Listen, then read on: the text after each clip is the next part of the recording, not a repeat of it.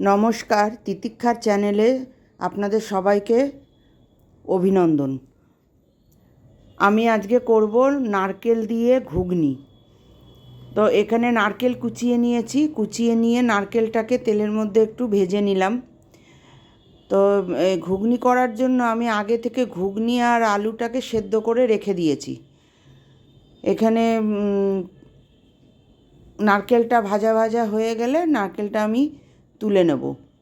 নারকেলটা তুলে নিয়ে আমি এই যে এখানে আমি ঘুগনিটাকে সেদ্ধ করে রেখে দিয়েছি।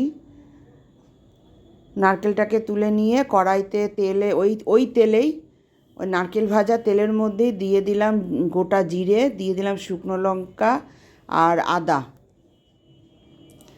আদাটা গ্রেটার দিয়ে পিষে নিয়েছিলাম। তারপরে দিলাম পেঁয়াজ কুচি। এবার এটাকে ভালো করে ভেজে নেব। এটা ভাজা হয়ে গেলে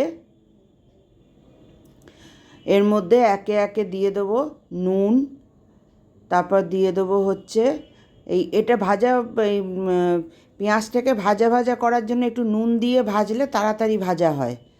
তো এই পেঁয়াজটা ভাজা ভাজা হয়ে গেছে। এবার আমি দিয়ে দেবো হচ্ছে হলুদ, আর আমি জিরে গুঁড়ো আর ধনে গুঁড়ো একসঙ্গে মিশিয়ে রেখে দিয়ে জিরে ধনে গুঁড়ো দিলাম আর গরম মশলা দিলাম।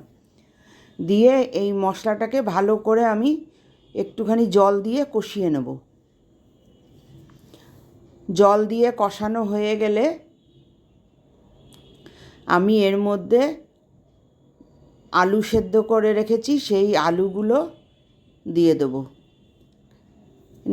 মশলাটা ভালো করে কষা হয়ে গেছে। এবার এর মধ্যে আলু দিয়ে দেবো। আলু দিয়ে আলুটাকে একটু নাড়াচাড়া করে দেবো। নাড়াচাড়া করে নিয়ে তারপরে সেদ্ধ করা মটরটাকে দিয়ে দেবো। সেদ্ধ করা মটরটাকে দিয়ে তারপরে এটাকে ভালো করে আবার মিক্সড করে নেব, মশলার সঙ্গে মিক্সড করে নেব।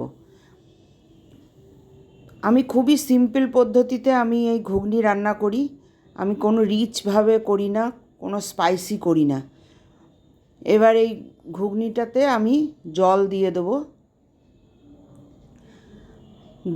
জল দিয়ে ফুটে গেল। ফুটে যাওয়ার পরে আমি নামানোর আগে এতে ঘি দিয়ে দেবো। ঘি দিয়ে আর তার আগে একটুখানি আমি মিষ্টি দিয়েছি। এবার এটা নাড়িয়ে চাড়িয়ে আমি গ্যাসটাকে অফ করে দেবো। তা আপনাদের কেমন লাগলো আমার এই রেসিপিটা আমাকে অবশ্যই কমেন্ট করে জানাবেন, আর অবশ্যই সাবস্ক্রাইব করে দেবেন।